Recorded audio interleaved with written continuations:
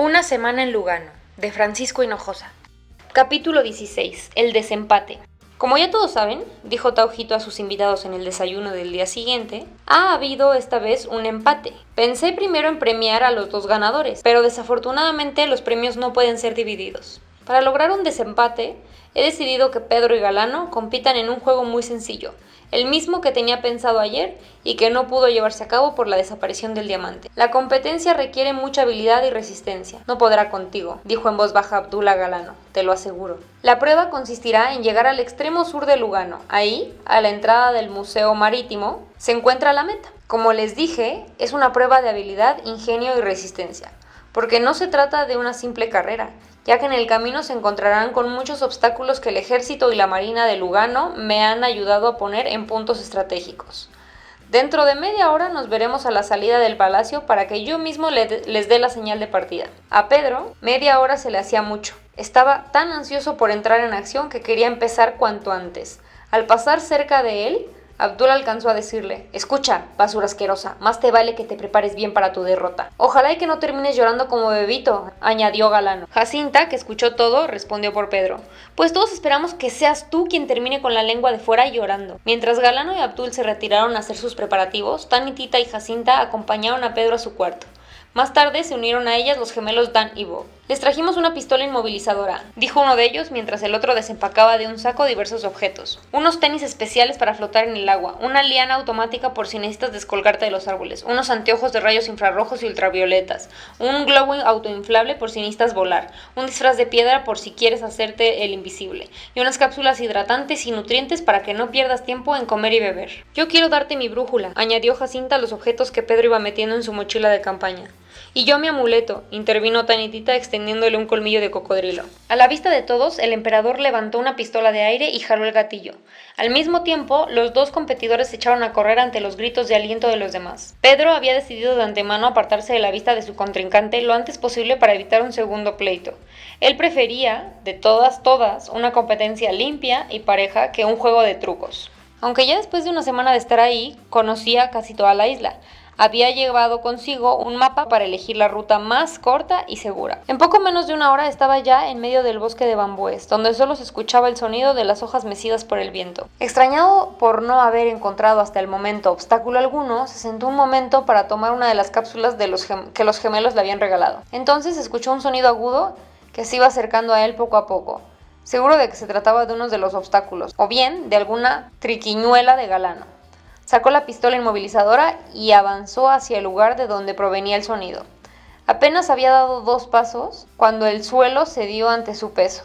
Cayó en un profundo agujero como de 3 metros de altura y con las paredes verticales y lisas. El golpe que se dio no fue muy fuerte gracias a que el fondo del agujero estaba acolchonado con una capa de bolitas de hule espuma. Mientras tanto, Galano caminaba con cautela muy cerca de ahí. A cada rato volteaba hacia arriba, hacia abajo, hacia los lados, hacia atrás, como esperando que de un momento a otro algo o alguien lo asaltara. Sin embargo, el obstáculo que había puesto Taujito en ese preciso lugar le vino de donde menos lo imaginaba.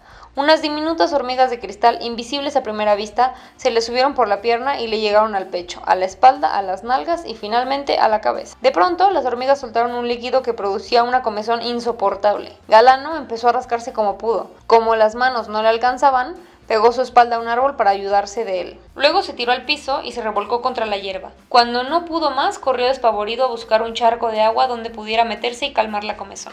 Después del desconcierto inicial, Pedro sacó de su mochila la liana automática que le obsequiaron los gemelos.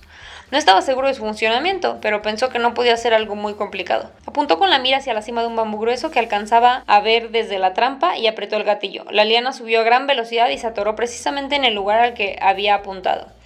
Con muchos esfuerzos, ya que la mochila le pesaba en la espalda, subió a través de la pared recta del agujero hasta que alcanzó el piso. Una vez de pie, se sacudió la tierra y las migas de hule espuma que se le habían adherido a la ropa.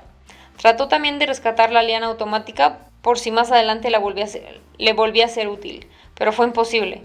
Se había agarrado tan fuerte del tronco de bambú que no tuvo de otra más que abandonar ahí el instrumento. Sin duda había sido fabricado para usarse una sola vez. Repuesto de su primer incidente, consultó el mapa y reinició su camino hacia el Museo Marítimo. A los pocos pasos escuchó un chapoteo en el agua. Pensó primero en no hacerle caso, previniendo otra trampa del emperador, pero la curiosidad pudo más que la prisa y el temor. Al acercarse al lugar de origen del chapoteo, pudo ver que Galano se revolcaba con desesperación en un charco de lodo. Parecía un chango lleno de pulgas. ¡Ayúdame!, le gritó Galano. Algún bicho se me metió en el cuerpo y no sé cómo quitármelo. Con precaución, Pedro dejó a un lado la mochila, empuñó la pistola inmovilizadora y se acercó a su adversario. Flotaban en el charco como pequeños puntitos brillantes, las hormigas de cristal. Ya están muertas, le dijo Pedro. Galano se levantó del charco y comprobó que en efecto la comezón se le había ido del cuerpo.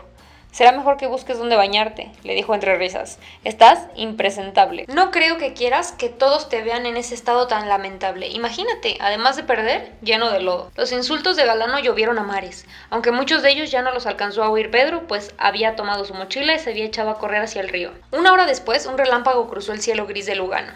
Desde que había comenzado la competencia no se había visto una sola nube sobre la isla, y una tormenta, como la que amenazaba en esos momentos, estaba del todo descartada. Las primeras gotas sorprendieron a Pedro cerca del monte Ting, a más de 4 horas a pie de la meta. No hubiera sido muy difícil haber cargado con un impermeable, pero ¿quién podría haber imaginado que ese día llovería en Lugano?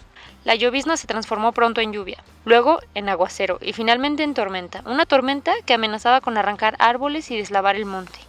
En cuanto ya no pudo avanzar más por temor a caer y porque se dificultaba mucho mirar hacia adelante, Pedro tuvo la suerte de encontrar frente a sí una cueva donde refugiarse. Como supuso que su adversario se encontraría en las mismas dificultades, no le importó perder un poco de tiempo en esperar a que escampara y a que pudiera reanudar su camino. Con su linterna de mano se abrió paso en la oscuridad de la cueva, al tiempo en que varios murciélagos que volaban en su interior se asustaron con la inesperada visita. Un tanto temeroso de que uno de esos bichos se le acercara y le chupara la sangre, a Pedro se le ocurrió que la única manera de espantarlos era encender una fogata, que además le ayudaría a calentarse y a secar su ropa. Cuando más esperaba una trampa de Taojito, para su sorpresa se topó con una cruz pintada en un rincón de la cueva. Escarbó un poco y encontró una perla de oro. A esa misma hora, Galano se guarecía de la tormenta en una cabaña que había encontrado a su paso. Prendió fuego en la chimenea, sacó de su mochila un trozo de jamón y una lata de jugo de cereza y se sentó en el suelo a comer y a esperar a que el tiempo mejorara. En un extremo de la cabaña, una rata lo miraba sin moverse. Con toda calma, Galano sacó de su mochila una pistola de dardos y le disparó al indefenso roedor. En ese preciso momento, alguien abrió la puerta y entró a la cabaña. Fue tal el susto que le pegó a Galano que se le cayeron de las manos la pistola y el jamón. ¿Qué haces aquí?, le preguntó el hombre con cara de pocos amigos al intruso. Sobrepuesto del susto, Galano respondió: soy amigo del emperador y puedo hacer en su isla lo que se me dé la gana. ¿Qué dices, niño imbécil?, se enojó el tipo. En esta casa el único que manda soy yo. Al ver que había metido la pata, pensó rápido y decidió optar por otra estrategia. Verá, se excusó. Lo que sucede es que Taojito me ha puesto a competir con un tramposo y cochino imbécil. ¿Sabe de las competencias que hace todos los años? ¿Competencias?, gritó el hombre con brusquedad. Por supuesto que sé de las competencias de Taojito. Los habitantes de Lugano estamos hartos de sus malditas competencias. ¿Entonces no va a ayudarme?, preguntó desconsolado Galano. Por supuesto que no. Lo que voy a hacer es encerrarte y darte una buena tunda. Eso te mereces por meterte en casas que no son tuyas. Cuando al fin la lluvia paró, parecía que nada había pasado en Lugano. El cielo había vuelto a tomar su color azul intenso. Solo el lodo que se había formado por todos lados y unos cuantos árboles caídos daban cuenta de la tormenta. Pedro, que había logrado espantar a los murciélagos hacia zonas más profundas de la cueva, se puso los tenis especiales que Dan y Bob le habían regalado, apagó la fogata y salió de su refugio. Eran casi las 12 del día y la distancia que aún le faltaba por recorrer no era corta. Aunque un poco sucia, se puso su ropa seca y salió de la cueva, nervioso por no saber si su adversario le llevaba la delantera. Cuando sacó la brújula para continuar su camino, se quedó paralizado al ver que la aguja giraba como loca. Desconcertado, sin saber hacia dónde quedaba el museo marítimo, sacó el amuleto que le había dado Tan y Tita. Cerró los ojos, dio vueltas sobre sí mismo y se frenó.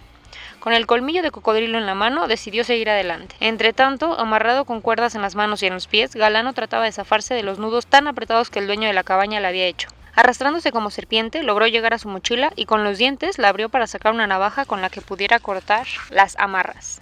Tuvo que hacer todo con mucho cuidado y en absoluto silencio, ya que el hombre roncaba muy cerca de él. Al cabo de media hora, pudo al fin cortar las cuerdas. Tomó su mochila, salió por la ventana y echó una carrera tan veloz que parecía que un tigre corría tras de él, con toda la intención de devorarlo.